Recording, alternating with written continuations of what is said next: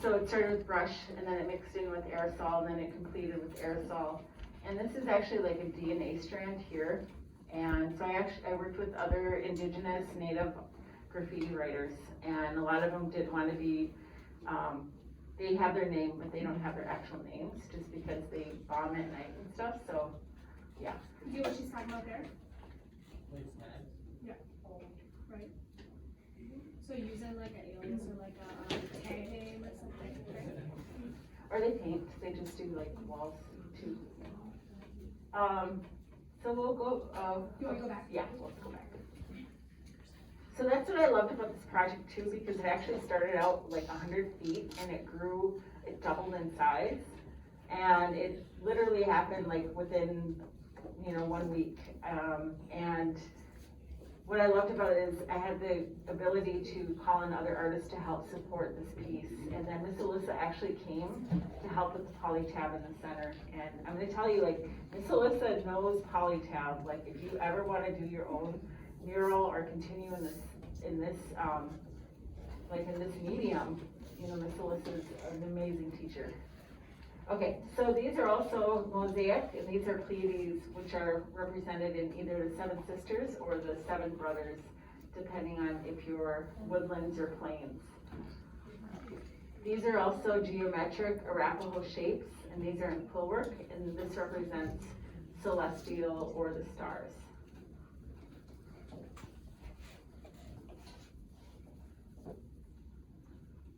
And then these are buffalo hooves, again, and they're repeated in that poster over there.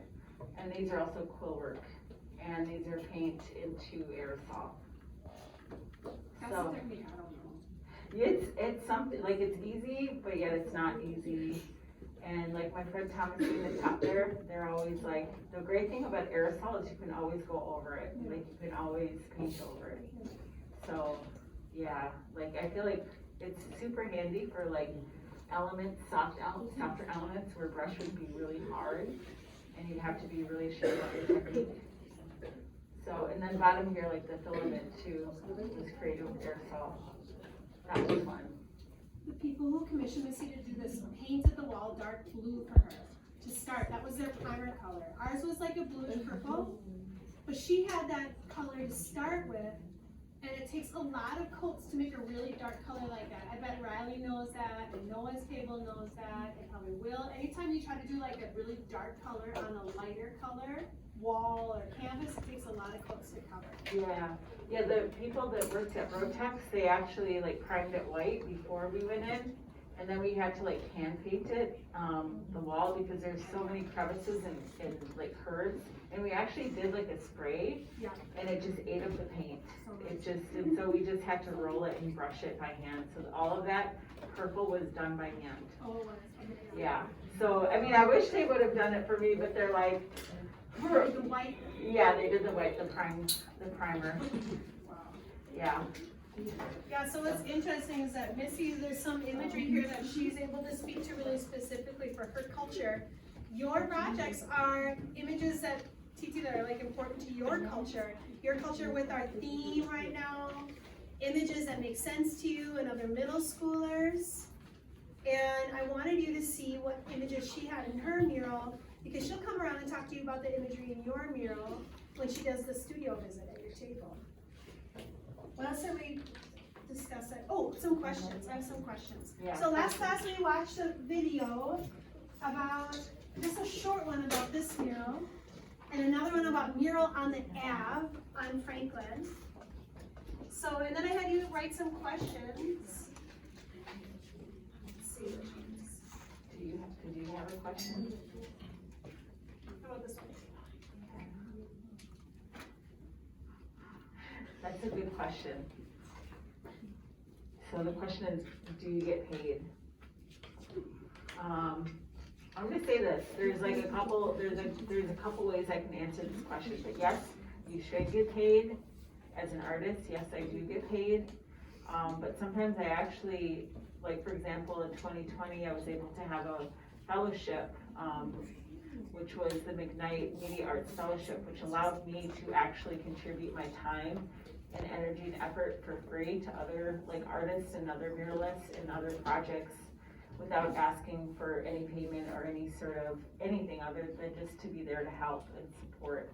And so I actually did give a lot of my time and energy and even resources during that time, just because what was happening with George Floyd's murder and everything that was happening in the Twin Cities, I felt like, had I been worried about my income or, you know, being a working artist or writer, director, producer, it would have been a totally different story, because I think right now the economy really is tough on artists. It's really hard on artists, so you should always pay people to create things for you, even if you're bartering. For example, like if you barter, like if I barter with people, like we barter equipment, like I belong to different artists that barter cameras, we barter goggles, we barter time, we'll buy each other plane tickets to like fly each other back and forth to work together. Like you share and you trade, like you're like the paintbrush right there, and I'm like, I'll barter for you this, and then we trade. But I don't know if that's a fair trade though, but I think so. All right. What is your favorite thing to create?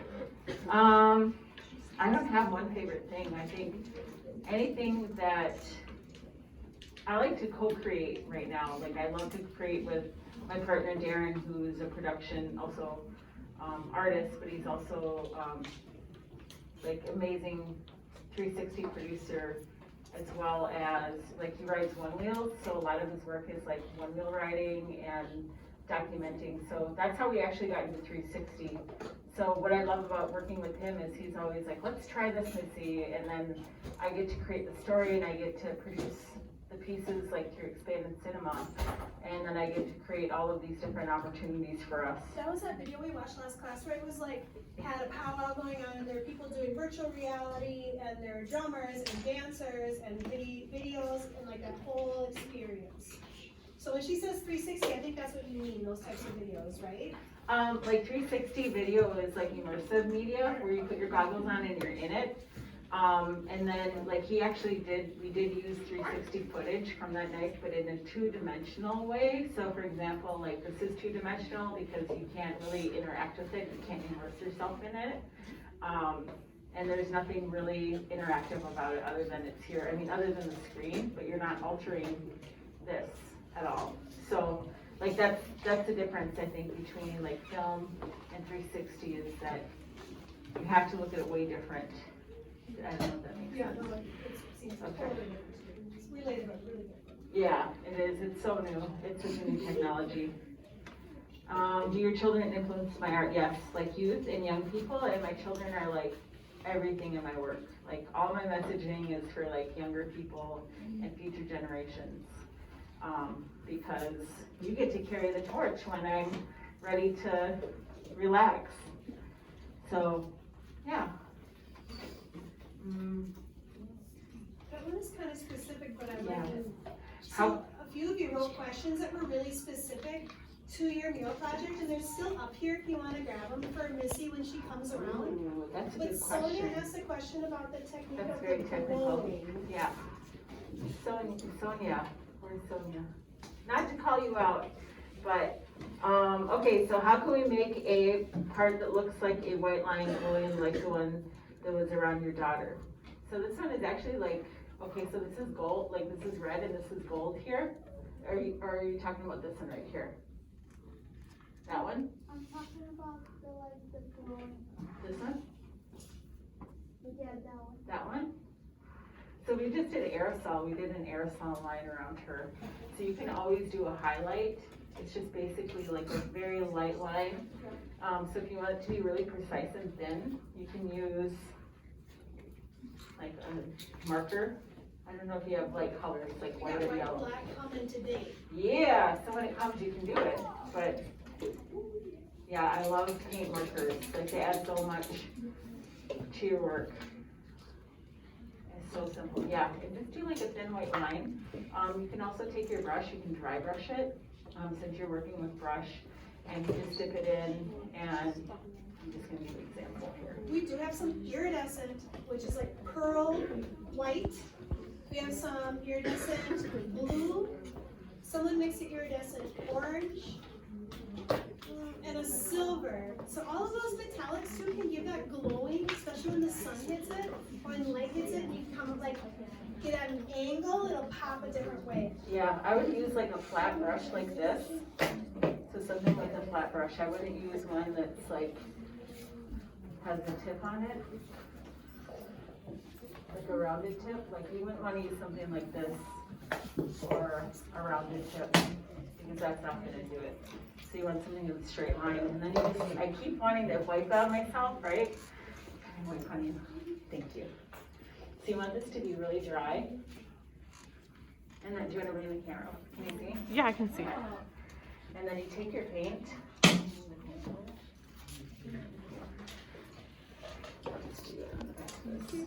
And then you